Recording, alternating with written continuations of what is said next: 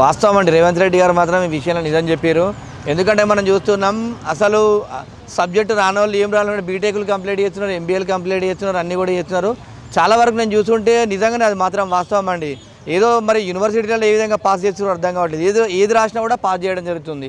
అంటే ఎడ్యుకేషన్ అనేది కూడా ఒక బిజినెస్ పరంగా అయిపోయింది ఇప్పుడు బీటెక్లో వచ్చేసరికి. కాలేజీలో ఏమో ఫిల్ కావాలా, వాళ్ళు ఎట్లన్నా రాయని ఏమన్నా రాయని వట్టి పేపర్లను క్వశ్చన్ పేపర్లు 10 సార్లు అటు ఇటు రాసినా కూడా పాస్ చేస్తున్నారు. అది నిజమండి.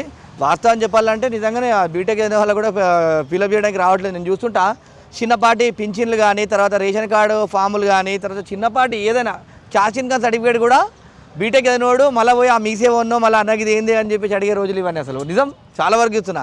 ఎంత చదువుకున్నా కూడా అసలు ఒక అప్లికేషన్ ఫామ్ ఫిల్అప్ రావట్లేదు కాబట్టి కరెక్ట్ అన్నాడు రేవంత్ రెడ్డి గారు. అంటే రాజకీయానికి కానీ దేనికైనా యువతే మరి అంతమంది బయటకు వస్తున్నారు, మరి ఎందుకని ఉద్యోగాలు ఏందంటే గుర్తుపెట్టుకోరి, చదువు అందరు చదివిన తర్వాత మిగతా పనులు ఎవరు చేస్తారండి? అందరు చదువుకొని అందరు ఎంప్లాయీలు అయితే అందరూ కూడా జాబులు చేయాలనుకుంటే గట్రా మరి మిగతా పనులు కూడా చేస్తారు. రోడ్లు కూడా ఉడుస్తారు, బిల్డింగ్లు కూడా కడతాడు, ప్లంబింగ్ పని వాళ్ళు చేస్తారు. ప్రతి ఒక్క పని కూడా అన్నీ కూడా చదువుకున్న వాళ్ళు చేయాలంటారు కదా. మిగతా ఇప్పుడు రాబోయే రోజుల్లో గుర్తుపెట్టుకోండి, అమెరికాలో అంట మీ రోజువారీ మేస్త్రి కట 15,000 రాబోయే రోజుల్లో ఇండియాలో కూడా అదే పరిస్థితి వస్తుంది. అందరు చదువుకున్న పెద్ద యూనివర్సిటీలు ఉన్నాయని చెప్పేసి చుట్టూ ఉన్న 5 రాష్ట్రాలు హైదరాబాద్ వైపు తెలంగాణ వైపు చూస్తున్నాయి. కానీ రేవంత్ రెడ్డి గారు చేసిన వ్యాఖ్యలు అటు యూనివర్సిటీలకి ఇటు కళాశాలలకి దెబ్బ అని అంటున్నారు. దీని గురించి వాస్తవం అండి. ఇప్పుడు చదువుకున్నవాడు బీటెక్ చదివినట్టే మినిమం నాలెడ్జ్ అని ఉండాలి కదండి. లేకుంటే కేసీఆర్ కూడా లాస్ట్ టైం కూడా ఒక కామెంట్ చేయడం జరిగింది. ఏమని, అరే మీరు బీటెక్లు చదివి కానిస్టేబుల్ జాబ్లకు అప్లై చేస్తారు, మీకు బీటెక్ దీనికి అని చెప్పేసి ఒకరు అప్పుడు కూడా కామెంట్ చేసిన. అంటే మీ చదువుని కూడా మీకు ఎట్టేసి ఇంటర్కు పోల్చుకునేటువంటి ఇది ఉందా అని చెప్పేసి కూడా కేసీఆర్ గారు గతంలో కామెంట్ చేశారు.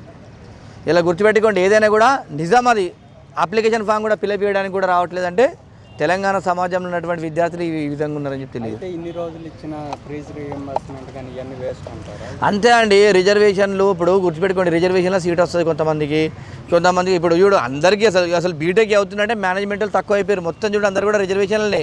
ఎస్సీ ఎస్టీ బీసీ మైనార్టీలు అందరూ కూడా, ఓసీలకు కూడా ఇప్పుడు సీట్లు వచ్చినాయి 10%. అసలు మొత్తం రిజర్వేషన్లనే అందరు చదువుతున్నారు కాబట్టి వాడు ఏం చదువుతుండే ఏంటనేది కూడా లేదు కదా. అయితే ఇప్పుడు రేవంత్ రెడ్డి సిస్టమ్ మార్చడం కోసం ఏమేమి రూల్స్ తీసుకున్నారు అవి కూడా చేయట్లేదు కదా, కామెంట్ ఇవ్వగానే అయిపోతుంది కదా. ఒక్కటండి, కొంచెం ఎడ్యుకేషన్ వ్యవస్థలో నేను చూస్తున్నా 10th క్లాస్ అయిపోయిందంటే అసలు ఇక పిల్లోని గాలికి వదిలేస్తున్నారండి. అది కాలేజీలు కానీ తర్వాత యూనివర్సిటీలు కానీ ఏది కూడా కానీ. అసలు ఇంటర్లో కాలేజీకి రాకుండా నడుస్తుంటే డిగ్రీ అయితే అసలు కాలేజీగా పోడు. బీటెక్లో వాడు ఒక స్టార్టింగ్ అడ్మిషన్ అయిన రోజున 2 రోజులు పోతాడు, ఫీజులు కట్టడానికి పోతాడు తప్ప వాడు ఒక్కరోజు కూడా కాలేజీకి రారు. మరి ఎందుకు కాలేజీకి రారు అని చెప్పి ఒక సిస్టమ్ మార్చాలి. బయోమెట్రిక్ పెట్టి మినిమం స్టూడెంట్ వచ్చేలో ఎవరైతే రెగ్యులర్ కాలేజ్ వస్తారో వాళ్ళే కాలేజ్కి వచ్చి చదువుకోండి అని చెప్పి చెప్పాలి. ఎందుకంటే ఓపెన్ స్కూల్స్ ఉన్నాయి కదా, అందులో చదువుకోవాలి. ఈ రెగ్యులర్ రోడ్ కూడా ఓపెన్ లాగా అయిపోయింది ఇప్పుడు. రీసెంట్గా తీన్మార్ మల్లన్న కూడా కార్పొరేట్ కాలేజెస్కి వెళ్ళి ర్యాంకుల మీద సర్వే చేస్తే అవన్నీ ఫేక్ అని వెళ్తుంది. అలాంటి కాలేజీలను స్కూల్ క్లోజ్ చేసేయచ్చు కదా. నిజమండి, ఇది మాత్రము 100% ఫేక్ అండి. చైతన్య నారాయణ అండి, గుర్తుపెట్టుకోండి. మనిషి సరే, నేను ఒక 20 ఏళ్ళ నుంచి నాకు నాలెడ్జ్ వచ్చినప్పటి చూస్తున్నా. 20 సంవత్సరాల నుంచి నారాయణ చైతన్యం తప్ప. అంటే ప్రతిసారి వాళ్ళ దగ్గరనే పిల్లలు టాప్ ర్యాంక్లు వస్తే కానీ దేశం మొత్తం ఎక్కడ రావా అండి? అంటే ప్రతిసారి వాళ్ళ పిల్లలకే దేవుడు జ్ఞానం ఇస్తారు, నాలెడ్జ్ ఇస్తారు. పుట్టినోడు అంతా కూడా వాళ్ళ దగ్గరనే జ్ఞానం వచ్చేది ఉంటుంది, వేరే దగ్గర ఉండదా? ఇదంతా డబ్బులతోని, ఇదంతా పైసలతో ఇవన్నీ ర్యాంకులు తెప్పించారు తప్ప ఆ కాలేజీలో అసలు ఏమి ఉండదు. ప్రతిసారి వాళ్ళే ఉంటారు. మీరు గుర్తుపెట్టుకోండి, వేరే వాడికి అవకాశం ఉండదా? మరి మిగతా చోట్ల ర్యాంకులు వచ్చినప్పుడు గవర్నమెంట్ స్కూళ్ళకు కూడా ప్రకటనలు ఇవ్వచ్చు కదా, ర్యాంకులు వచ్చినాయి అది ఇచ్చింది అని. మరి వాళ్ళ కాలేజీలు వచ్చినాయి కాబట్టి వాళ్ళు ఇచ్చుకుంటున్నారు, మిగతా వాళ్ళని ఎందుకు స్పందించవచ్చు? ఒకటండి గుర్తుపెట్టుకోండి, కార్పొరేట్ వేసి ఇప్పుడు వాళ్ళంటే ఇప్పుడు డబ్బులు ఇస్తారండి, టీవీ ఛానల్కి డబ్బులు ఇస్తారు. ఇప్పుడు ఒక టీవీ ఛానల్లో కూడా ఇప్పుడు గుర్తుపెట్టుకోండి, టీవీ ఛానల్కి ఒక పెద్ద ఛానల్ ఇవ్వాలని కూడా గవర్నమెంట్ స్కూల్ ఇది ఇంత ట్యాప్ ర్యాంక్ ఇచ్చిందంటే ఇయ్యరు కదండి. చైతన్య నారాయణ అయితే వాళ్ళకు మేనేజ్మెంట్లకు డబ్బులు ఇస్తే అని ఇస్తాయి కాబట్టి వాళ్ళు ఇస్తారు తప్ప గవర్నమెంట్ ఇస్తే ఏమొస్తుందండి బెనిఫిట్?